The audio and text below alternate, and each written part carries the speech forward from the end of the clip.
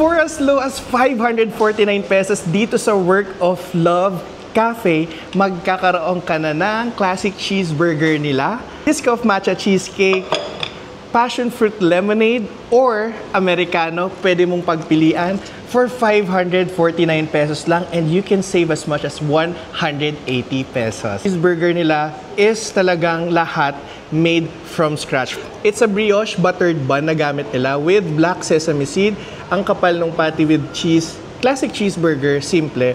And then, ito naman yung bago nilang matcha cheesecake. So, it comes with 2 sauces. Pwede kang pumili kung anong gusto mo. Either Biscoff sauce and yung pinaka-matcha sauce nila. So, if gusto mo ng medyo mas sweet, go for Biscoff extra sauce. Pag gusto mo ng medyo earthy notes aftertaste, go for matcha. Depende sa'yo kasi both of these drinks, lemonade, passion lemonade and Americano, goes perfectly well with the matcha. So, ngayon, ayan ang itsura nga.